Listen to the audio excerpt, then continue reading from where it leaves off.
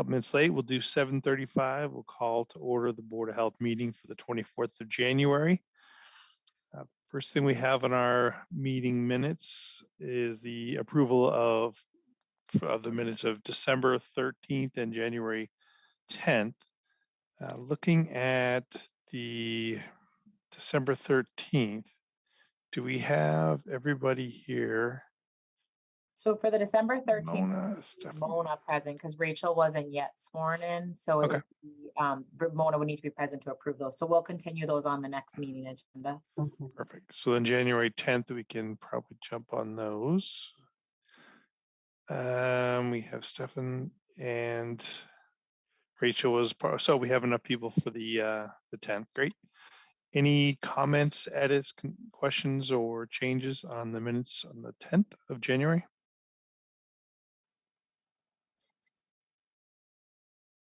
Not for me. I didn't see anything either. And Brenda, Well- was that the meeting you were saying that No, it came was in? the 13th. Okay. But my only question was the meeting on the 11th or the 10th? Because Glossa Engineering stated the 11th. Should be the 10th. And we have the meeting date as the 11th. Does that matter? Or is that Under, tonight? Which Or one? is that tonight's business? See, John Glossa? Is that for tonight? It's just dated January 11th, 2023. oh yeah, that is our septic variance for today, I believe. Okay, so it's just coincidental. Good, yeah. Okay. No, I was looking to see, and I don't remember if we saw Mr. Gloss on the last meeting, so. And All right, any other comments? I couldn't find anything in particular. All right, at that, no comments. Do we have a motion regarding the minutes on the January 10th? I'll make a motion for the minutes for January 10th. The board has no additional comments and approves as written. I'll second it. Motion's been made and seconded. Any other comments? Then we will vote. We have Stefan, Aye. and then we have Rachel, Aye. and I also 300. Minutes next would be septic variance for 2250 on Route 1. And I believe Mr. Glossa, you are on for that. I am, Mr. Chairman. So, Mr. Chairman, this has to do with 2250 Boston Providence Highway or 2250 Route 1. If you search it on the town assessor's records, you'll find it under 2250 Route 1. That property, some of you may have remembered, was a driving range at one time. So back from about the early 1900s, I think, early 1990s, I think about 1992 until 2013. That was a driving range, and then it was purchased by a veterinarian, Dr. Stephanie Kuby. Her practice is basically neurology and pain management. So it's not sort of a general practice of a veterinarian. It's kind of a narrow practice. Most of, or all of her patients are referred to her by other veterinarians. And so Dr. Kuby is in the process of expanding her business from sort of a single practitioner herself to one where they're going to have 7 practitioners. And she's going to add on to that existing building. It's kind of on the right side of the building as you're looking at it from Route 1 and towards the rear. And it's a fairly substantial addition. It's 17,700 square foot addition. And then there'll be a smaller addition off of the back of the building of about 1,922 square feet to, create a larger clinic where they're going to, for the most part, it's canines and it's neurology and pain management. So a dog has a problem with its hips or something like that, and Dr. Kuby takes care of it. But so that property is not sewered. There's no sewer there. Next door is Dimitri's function hall, which is sewered, but that's a private sewer line that somehow crosses under Route 1, and that's not available to this location. So we did soil testing. It's mostly sands. We, had good perk rates. We designed a system. I submitted it to the Board of Health, and either Megan or Melissa or both of them astutely pointed out, they said, John. And so let me just back up one second. This is a variance or a waiver from your regulations, not from Title V. We meet Title V. So anyway, Melissa and Megan pointed out that under your regulations, it says that the septic tank has to be a 2-compartment tank. Under the state regulations, Title V, for commercial property, it says that a septic tank has to be either a 2-compartment tank or 2 tanks in series. So I'm just going to bore the people who may not understand exactly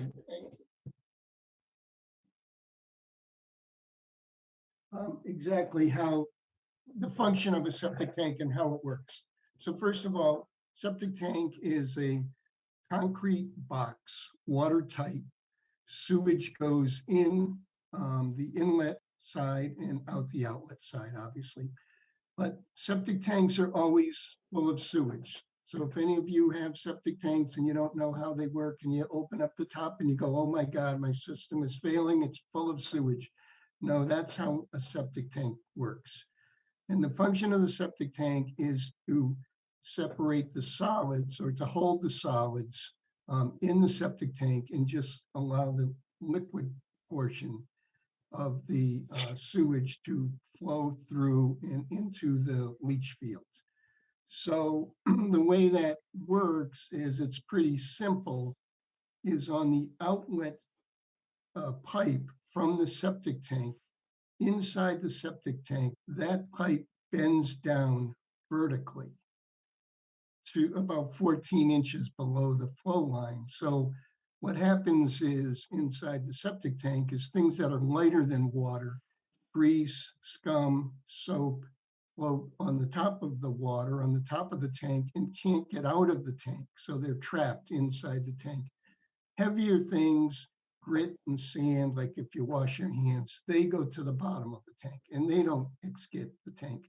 So those solid materials stay inside the tank where they're acted on by bacteria. And then, of course, every other year or so, we want people to pump those solids out of their septic tank so that they don't build up enough that they'll flow through that, that outlet chi, which is actually what it is, okay? So that's how it works. Megan and Melissa, told me about the town regulation. I was unfamiliar with that.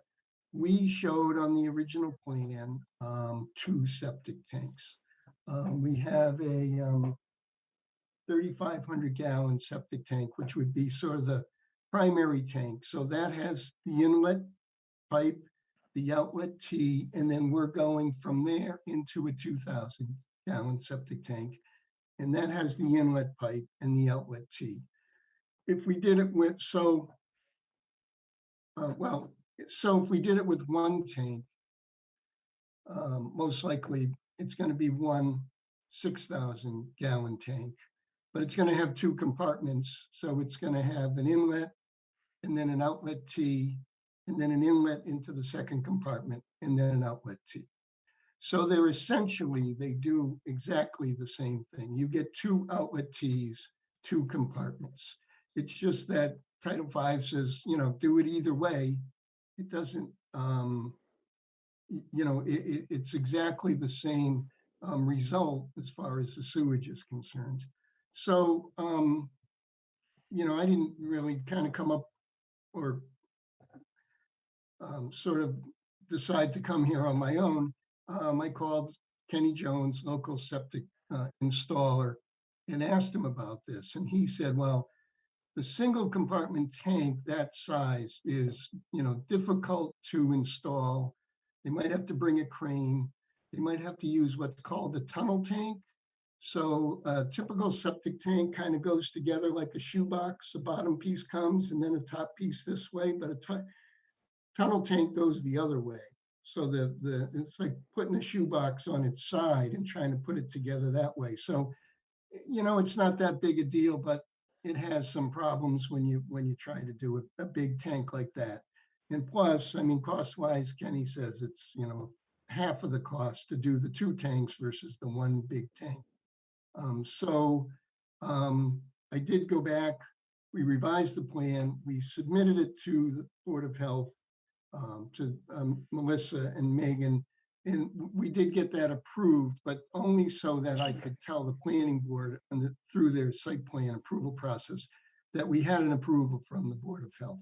But really, I think cost-wise and really the 2 septic tanks do the same thing.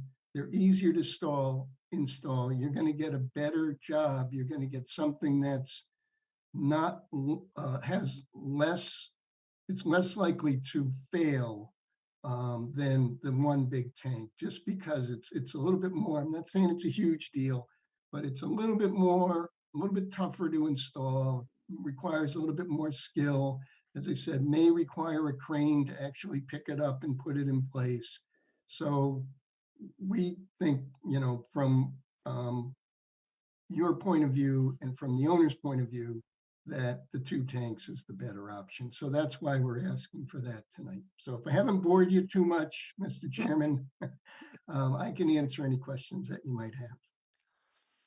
No, I do appreciate your explanation. That was one of the questions I would have had, was the reason for it and why not 1 instead of the 2. But no, that makes perfect sense. I appreciate you explaining it. And I think at this point, if there's any other questions, maybe in the board or anybody who's actually on a call, we open it to anybody who has questions. I do have a question. Is this something that's commonly done? Is this something that we may see in the future? Well, Stephen, you only see it for commercial properties. It's not usual. It's not required under the regulation for residential. I would say, you're going to see it if, that when and if there's more of a similar type of project. But it probably doesn't come up that often in Walpole, because you're 50% sewered or so. And I think a lot of the commercial areas are sewered. It just happens that this area is not. Interesting. The reason I ask is, would it make sense? Melissa, maybe a question for you. Looking at our regulation, would it make sense to incorporate an alternative for this type of situation? So John and I kind of had that discussion as well, but I think the fact that it doesn't happen so frequently, it's kind of nice to have the applicant come in front of the board to possibly explain and to possibly say, like, okay, is this the best option, or is this just a way to cut corners or to save money? But definitely up to the board to make that decision. But I know, like John referenced, a lot of our commercial properties that would need that large size tank would be mainly on sewer because of the commercial component of it. But That makes sense. I think the thing is, like John alluded to, Title V now recognizes tanks and series as being equivalent to a 2-compartment tank, which is a good thing. But I think, like, on a residential side, a 2-compartment tank is preferred, obviously. That makes sense. I agree with you. I think it is actually kind of nice that you do see it. Yeah. I definitely not don't want to have the option of just for cost alone. If there's any risk of it causing an impact or causing a problem down the road without having the variance, at least we're able to kind of see it, understand the reasons behind it. So I would agree. Would that help? It's just a question, almost help take a lot of the use, even out of one big tank, because now you have two tanks, and you can always have trouble with one tank. Now you kind of have an extra. You know what I'm Well, they're saying? in series, so it doesn't, it's not like you have two tanks and you can shut one off and use the other. So they're in series. So effectively, it does the same thing. I do think that you probably should just keep the regulation, if you want to hear my 2 cents, the way it is, because I think it probably does make sense. What you said is it's not always, it shouldn't always just be cost. It should be, protecting the environment. And so, like I said, here it's protecting the environment, in my opinion anyway, because the tank is so large that we need to move to sort of a different style tank. And I'm not saying it's a huge deal, but to me, it's like, why would you do it if you didn't have to? But if it was a smaller tank and somebody was just coming in front of you and saying, well, I'm going to save, $500 or something, and it's, so you probably should just leave the regulation the way it is, and, let somebody explain it to you why, the two tanks should be preferred. Well, if we ever come back and hear another opinion, we're gonna hold their feet to the fire. Okay. Perfect. Thank you so much. Any other comments, questions? Then we will entertain a motion. Anyone want to make one? The no takers, I will make a motion regarding the request for waiver for our local regulations, allowing two single compartment septic tanks in lieu of one large 2-compartment tanks on the property for 2250 Boston Providence Highway. The board has no objection and support the proposal for the waiver. A second. Great. Motion has been made and seconded. Any other comments? Then the motion will make a vote. Actually, let's vote first. We'll take a vote on that. Stefan? Aye. And we have Rachel? Aye. And I also. So the motion passes 3-0-0. Mr. Glossa, thank you so much for the education and for coming in. Thank you, Mr. Chairman. Thanks, Melissa. Thanks, Megan. John. Okay, Thanks see all. ya. Bye. Thank you. Awesome. So the next on our list, always fun with the septic variances. Operating without a permit fee. This is the Chill Juice Bar. So Chill, they emailed me today actually that they are unable to join tonight. They're having he's having some technical difficulties with his laptop. So with it being in a Zoom meeting, he is unable to join. So we will push him onto our February agenda. Okay. Anything that we can discuss, or any updates or anything we should be talking about that one? It's the first time I've seen that. It's a new permit fee. Yeah, so it's going to be a new one for the board. But no, it's pretty straightforward. I put in the narrative. He did submit his application today, so that is a new update, and he paid the original permit cost. I did say that he could hold off on paying the late fee until the board made their decision. But so he did apply for the permit and pay for his original cost. Good. Okay. Yeah, I'd love to hear some of the background and the reasons for it, and then we can go from there. Perfect. Thank you much. And the next on our agenda is a planning board request for comment on this definitive subdivision Northwest Woods 4. Yep. So this is one we've seen before, and it is a definitive subdivision. So just a reminder, we do need a definitive yes or no approval in the board's vote. So this is proposed plan to subdivide the existing property to create 13 single-family house lots. It's going to be off of 3 cul-de-sac roadways. The proposed plan is located within the 100-foot buffer zone. And we saw this at our last meeting in July 12th of 2022. The board voted unanimously that they approved the plan. However, they are not in favor of new construction within the wetlands and urge future homeowners to adopt best practices. And we did see this in front of conservation as well at our June 7th, 2022 meeting as a notice of intent with the same motion. Let me pull up the plan here.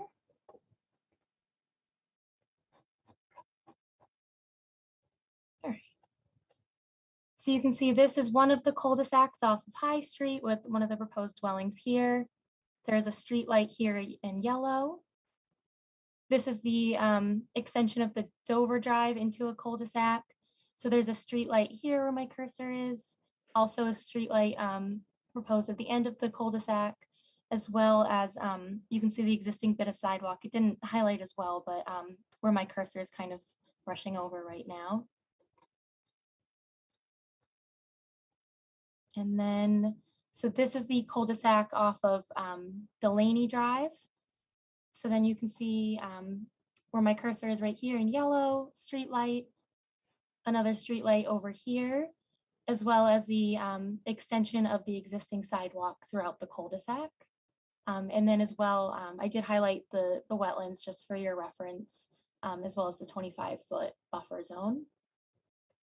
And then this is just drainage. So this is what differed from the last time we saw this plan. There was just a couple of differences between the labeling as for the proposed stormwater utilities, which would be this is the stormwater utilities over here.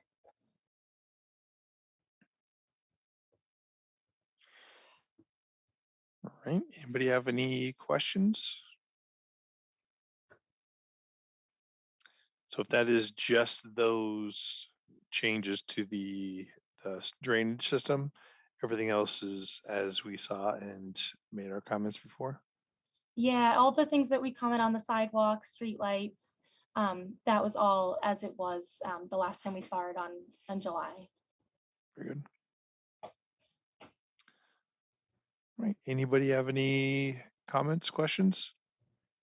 Just I guess a question. So you said that we have to give a yes or no.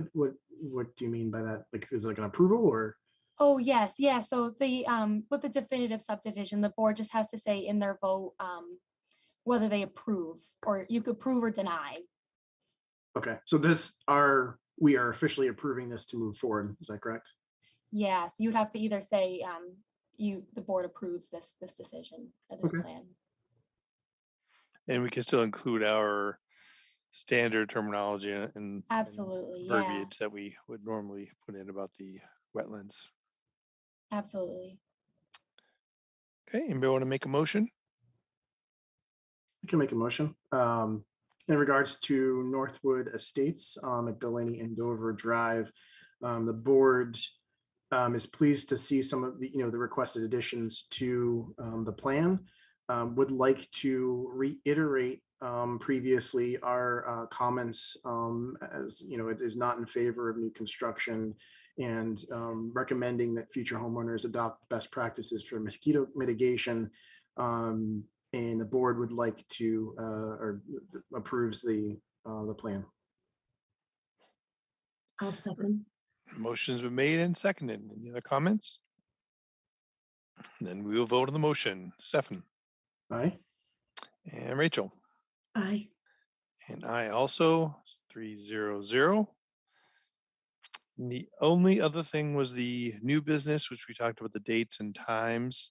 I don't know, Stephanie, if you came in while we were probably discussing that. The proposal would be starting in February. Is this the starting the 1st and 3rd Tuesdays? In those dates, is that correct, Melissa? The 7th? Correct, that would be the 7th and the 21st. And then those have the potential of being in person and 7 p.m. start. So a lot of. So it's up to the board. If the board wants to stick with what they did this month and do first meeting remote, second meeting in person, it's completely up to the board. Okay. So we have the ability to do either or both. Can't do neither. Anybody want to put suggestions? Any special affinity for one or the other? So our next meetings would be February 7th and the 21st. Correct. Correct. That works for me. And then as far as 7 o'clock or 7:30, I'm open to either. Okay. Rachel, what about you? 7 work better? 7 does work better for me. Okay. And those dates are fine. Perfect. And then then March would follow the same, would be was that really the same? Oh, 7th to 21st also. Wow, Take it easy. spooky. Okay, so let's do that. Then we'll, any preference on trying to get together in person, one of those days in February, the 7th or 21st? Again, we still have the ability to pull the shoot last minute and do weather permitting or whatever else, right? Mhm. Can I propose we do the 3rd Tuesday in person? Because I will not make 7 o'clock on the first Tuesday of the month. Okay. I have my board meeting I have to go to, and I'll be late at 7. And that's perfect. Then let's shoot for the 7th and the 7th of both February and March would be Zoom, and then 21st we can earmark for in person for both those months. Thank you. Awesome. That works well. Anything else we have for the board to discuss? No, that's all. All right. So in that case, 8:02, make a motion to adjourn. We hear a second Second. and we'll vote. Stefan, Aye. Rachel, Aye. and I also. So we'll call the meeting to the end, 8:02 on the 24th. Thank you all so much, and we'll see you on the 7th. And that will be Zoom also. Thank you.